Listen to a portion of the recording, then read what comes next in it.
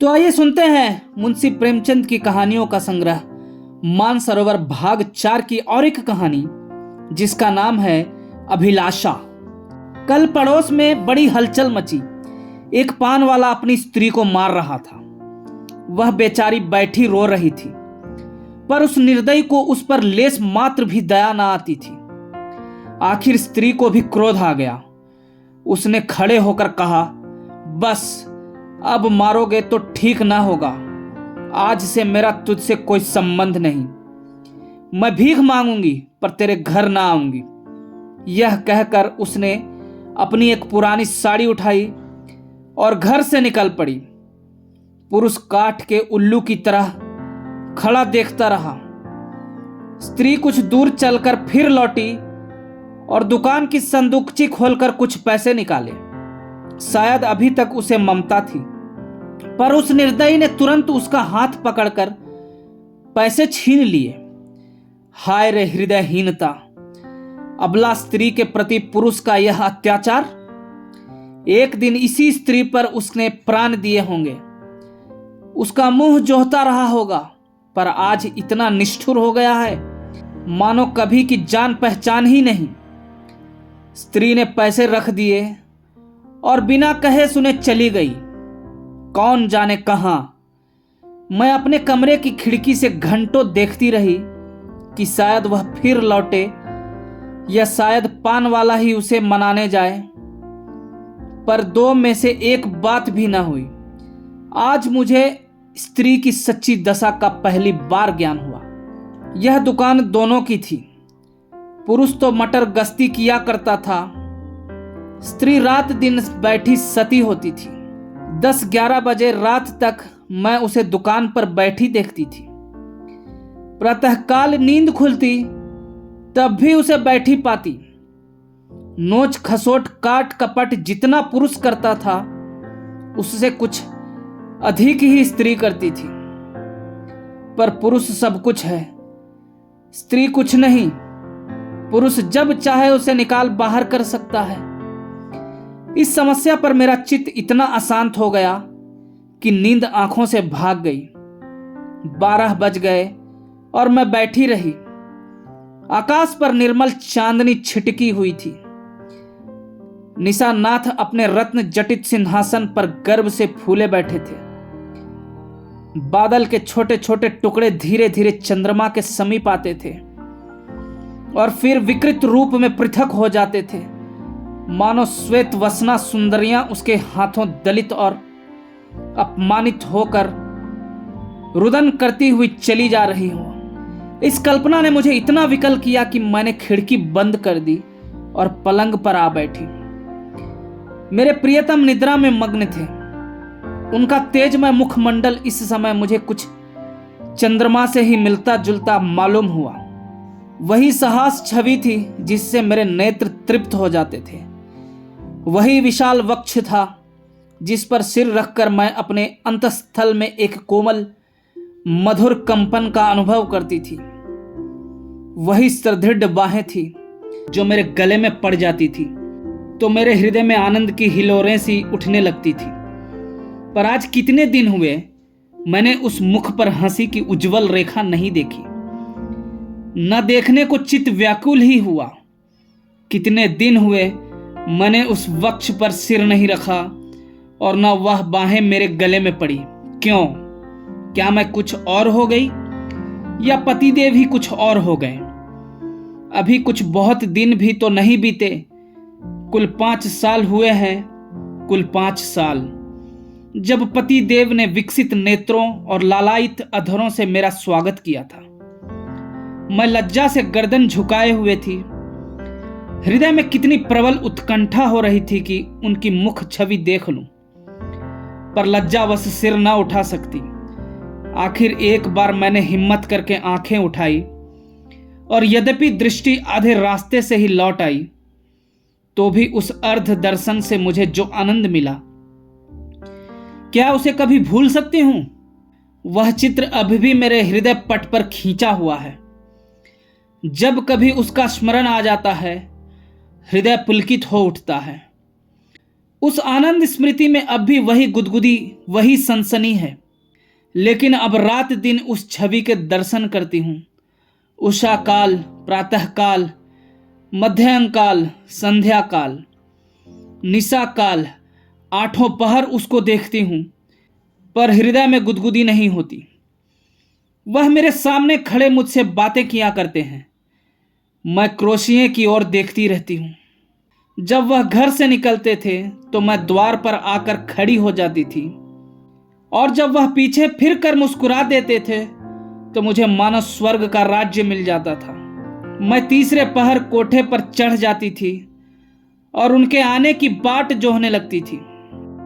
उनको दूर से आते देखकर मैं उन्मत्त सी होकर नीचे आती और द्वार पर जाकर उनका अभिवादन करती। पर अब मुझे यह भी नहीं मालूम होता कि वह कब जाते और कब आते हैं। जब बाहर का द्वार बंद हो जाता है तो समझ जाती हूं कि वह चले गए। जब द्वार खुलने की आवाज आती है तो समझ जाती हूं कि आ गए। समझ में नहीं आता कि मैं ही कुछ और हो गई या पतिदेव ही कुछ और हो गए। तब वह घर में बहुत ना आते थे। जब उनकी आवाज कानों में आ जाती तो मेरी देह में बिजली सी दौड़ जाती थी। उनकी छोटी छोटी बातों, छोटे छोटे कामों को भी मैं अनुरक्त मुग्ध नेत्रों से देखा करती थी। वह जब छोटे लाला को गोद में उठाकर प्यार करते थे, जब टॉमी का सिर थपथपाकर उसे लिटा देते थे, जब बूढ़ी भक्तिन को चिढ़ाकर बाहर भाग जाते थे, जब बाल्टियों में पानी भर भर पौधों को सींचते थे, तब ये आंखें उसी ओर लगी रहती थी। पर अब वह सारे दिन घर में रहते हैं, मेरे सामने हंसते हैं, बोलते हैं, मुझे खबर भी नहीं होती, ना जाने क्यों। तब किसी दिन उन्होंने फूलों का एक गुलदस्ता मेरे हाथ में रख दिया था और मुस्कुराए थे। वह प्रणय का उपहार पाकर मैं फूली ना समाई थी, केवल थोड़े से फूल और पत्तियां थी, पर उन्हें देखने से मेरी आंखें किसी भांति तृप्त ही ना होती थी। कुछ देर हाथ में लिए रही, फिर अपनी मेज पर फूलदान में रख दिया। कोई काम करती होती तो बार बार आकर उस गुलदस्ते को देख जाती। कितनी बार उसे आंखों से लगाया, कितनी बार उसे चूमा। कोई 1,00,000 रुपए भी देता तो उसे न देती। उसकी एक एक पंखड़ी मेरे लिए एक एक रत्न थी। जब वह मुरझा गया तो मैंने उसे उठाकर अपने बक्से में रख दिया था। तब से उन्होंने मुझे हजारों चीजें उपहार में दी है। एक से एक रत्न जटित आभूषण है, एक से एक बहुमूल्य वस्त्र हैं, और गुलदस्ते तो प्रायः नित्य ही लाते हैं। लेकिन इन चीजों को पाकर वह उल्लास नहीं होता। मैं उन चीजों को पहनकर आईने में अपना रूप देखती हूं और गर्व से फूल उठती हूं। अपनी हमजोलियों को दिखाकर अपना गौरव और उनकी ईर्ष्या बढ़ाती हूं। बस अभी थोड़े ही दिन हुए हैं, उन्होंने मुझे चंद्रहार दिया है। जो इसे देखता है मोहित हो जाता है। मैं भी उसकी बनावट और सजावट पर मुग्ध हूं। मैंने अपना संदूक खोला और उस गुलदस्ते को निकाल लाई। आह! उसे हाथ में लेते ही मेरी एक एक नस में बिजली दौड़ गई। हृदय के सारे तार कंपित हो गए। वह सूखी हुई पंखुड़ियां, जो अब पीले रंग की हो गई थी, बोलती हुई मालूम होती थी। उसके सूखे मुरझाए हुए मुखों के अस्फुटित कंपित अनुराग में डूबे शब्द साए साए करके निकलते हुए जान पड़ते थे। किंतु वह रत्न जटित कांति से दमकता हुआ हार स्वर्ण और पत्थरों का एक समूह था, जिसमें प्राण न थे, संज्ञा न थी, मर्म न था। मैंने फिर गुलदस्ते को चूमा, कंठ से लगाया, आर्द्र नेत्रों से सींचा और फिर संदूक में रख आई। आभूषणों से भरा हुआ संदूक भी उस एक स्मृति चिन्ह के सामने तुच्छ था। यह क्या रहस्य था? फिर मुझे उनके एक पुराने पत्र की याद आ गई। उसे उन्होंने कॉलेज से मेरे पास भेजा था। उसे पढ़कर मेरे हृदय में जो आनंद हुआ था, जो तूफान उठा था, आंखों से जो नदी बही थी, क्या उसे कभी भूल सकती हूं? उस पत्र को मैंने अपनी सुहाग की पिटारी में रख दिया था। इस समय उस पत्र को पढ़ने की प्रबल इच्छा हुई। मैंने पिटारी से वह पत्र निकाला। उसे स्पर्श करते ही मेरे हाथ कांपने लगे, हृदय में धड़कन होने लगी। मैं कितनी देर उसे हाथ में लिए खड़ी रही, कह नहीं सकती। मुझे ऐसा मालूम हुआ कि मैं फिर वही हो गई हूं जो पत्र पाते समय थी। उस पत्र में क्या प्रेम के कवित्वमय उद्गार थे, क्या प्रेम की साहित्यिक विवेचना थी, क्या वियोग व्याथा का करुण क्रंदन था। उसमें तो प्रेम का एक शब्द भी न था। लिखा था, कामिनी, तुमने 8 दिनों से कोई पत्र नहीं लिखा, क्यों नहीं लिखा? अगर तुम मुझे पत्र ना लिखोगी तो मैं होली की छुट्टियों में घर ना आऊंगा। इतना समझ लो। आखिर तुम सारे दिन क्या करती हो?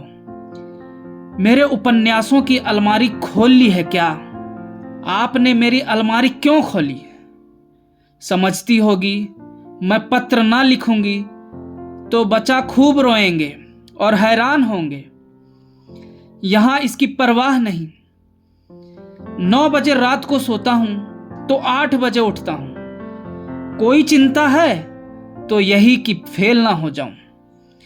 अगर फेल हुआ तो तुम जानोगी।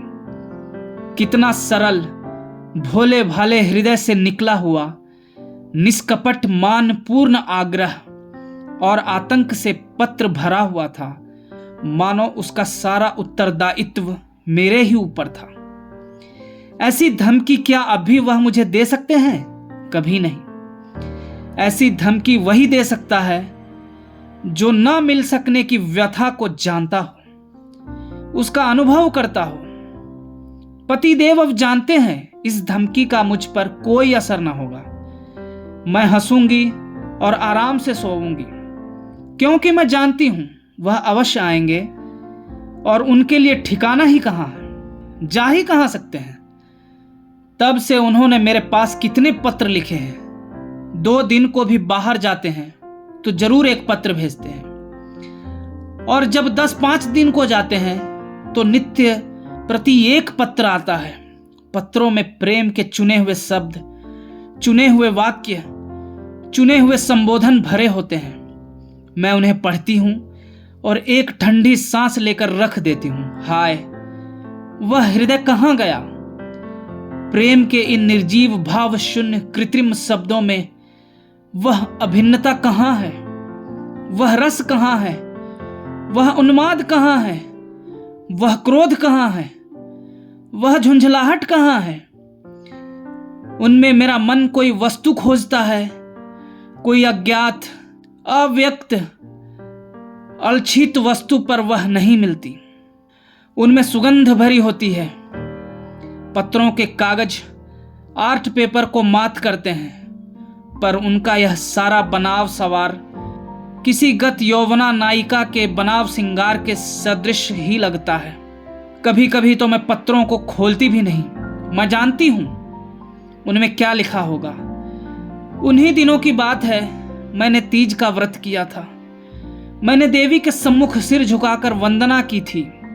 देवी, मैं तुमसे केवल एक वरदान मांगती हूं। हम दोनों प्राणियों में कभी विच्छेद न हो, और मुझे कोई अभिलाषा नहीं। मैं संसार की और कोई वस्तु नहीं चाहती। तब से 4 साल हो गए हैं और हम में एक दिन के लिए भी विच्छेद नहीं हुआ। मैंने तो केवल एक वरदान मांगा था। देवी ने वरदानों का भंडार ही मुझे सौंप दिया। पर आज मुझे देवी के दर्शन हो तो मैं उनसे कहूं, तुम अपने सारे वरदान ले लो, मैं इनमें से एक भी नहीं चाहती। मैं फिर वही दिन देखना चाहती हूं जब हृदय में प्रेम की अभिलाषा थी। तुमने सब कुछ देकर मुझे उस अतुल सुख से वंचित कर दिया जो अभिलाषा में था। मैं अब की देवी से वह दिन दिखाने की प्रार्थना करूं जब मैं किसी निर्जन जलतट और सघन वन में अपने प्रियतम को ढूंढती फिरूं, नदी की लहरों से कहूं, मेरे प्रियतम को तुमने देखा है?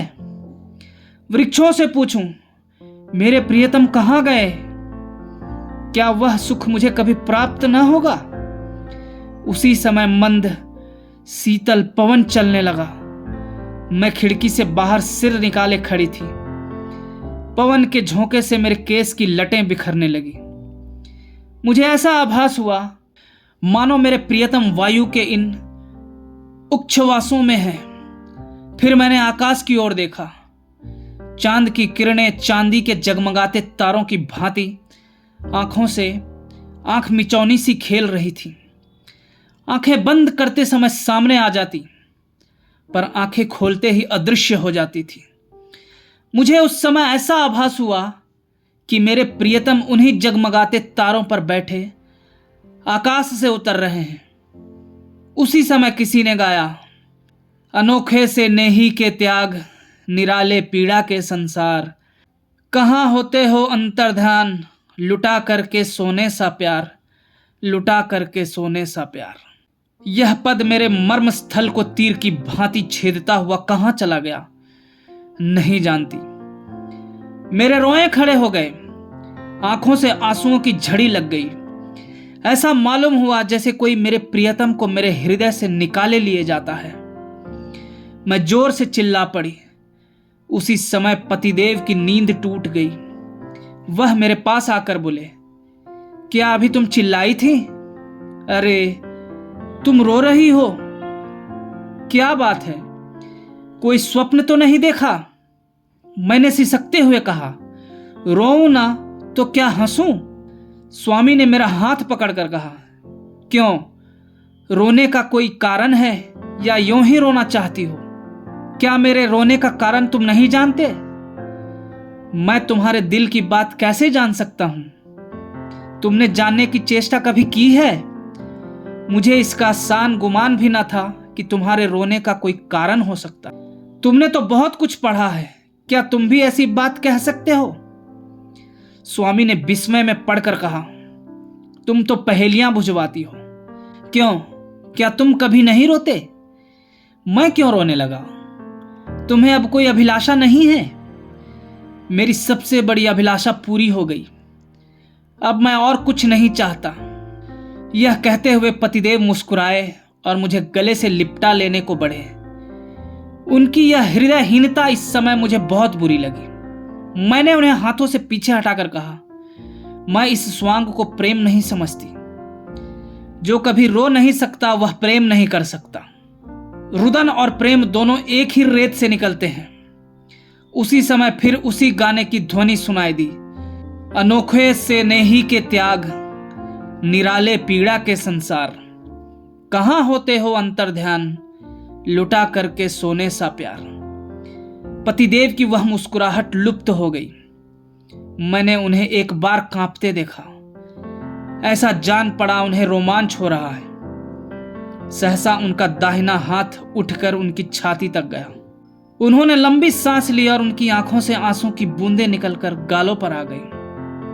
तुरंत मैंने रोते हुए उनकी छाती पर सिर रख दिया और उस परम सुख का अनुभव किया जिसके लिए कितने दिनों से मेरा हृदय तड़प रहा था। आज फिर मुझे पतिदेव का हृदय धड़कता हुआ सुनाई दिया। आज उनके स्पर्श में फिर स्फूर्ति का ज्ञान हुआ। अभी तक उस पद के शब्द मेरे हृदय में गूंज रहे थे, कहां होते हो अंतर्ध्यान, लुटा करके सोने सा प्यार। महादेवी वर्मा की कविता का एक पद। धन्यवाद।